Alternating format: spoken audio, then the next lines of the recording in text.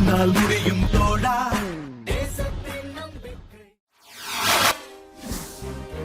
திருப்பூரில் பள்ளி கட்டடத்தை செலுத்த காலதாமதமானதால் மாணவனை வகுப்பறைக்குள் விடாமல் நூலகத்தில் இருக்க வைத்த பள்ளி நிர்வாகத்தின் மீது நடவடிக்கை எடுக்க கோரி பாதிக்கப்பட்ட மாணவனுடன் தாய் மாவட்ட ஆட்சியர் அலுவலகத்தை முற்றுகை.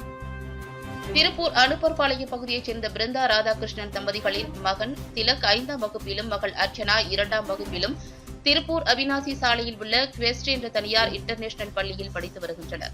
2 குழந்தைகளுக்கும் சேர்ந்து இந்த கல்வியாண்டிற்கான 1,60,000 கட்டணம் செலுத்த வேண்டிய நிலையில் 1,40,000 ரூபாய் கட்டிய நிலையில் மீதமுள்ள 20,000 ரூபாயை கட்ட பள்ளி நிர்வாகத்திடம் குழந்தையின் தாய் பிருந்தா கால அவகாசம் கேட்டதாக கூறப்படுகிறது.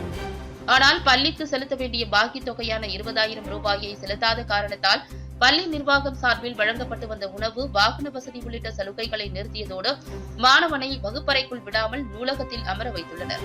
இதுகுறித்து மாணவனின் தாய் பள்ளி நிர்வாகத்திடம் கேட்டபோது பாக்கி தொகையை கட்டினால் மட்டுமே மாணவன் கல்வியை தொடர முடியும் என்றும், இல்லாவிடில் தேர்வு எழுத அனுமதிக்க மாட்டோம் என்றும் பள்ளி நிர்வாகம் கூறியதை தொடர்ந்து பாதிக்கப்பட்ட சிறுவனின் தாய் மாணவனின் எதிர்காலத்தை கருத்தில் கொண்டு தேர்வு எழுத அனுமதிக்க கோரியும் அரசு நிர்ணயிக்கும் தொகையை விட கூடுதலாக பண மோசடியில் ஈடுபடும் பள்ளி நிர்வாகத்தின் மீது நடவடிக்கை எடுக்க கோரி மாணவனுடன் திருப்பூர் மாவட்ட ஆட்சியர் அலுவலகத்தை முற்றுகையிட்டு போராட்டத்தில் ஈடுபட்டனர்.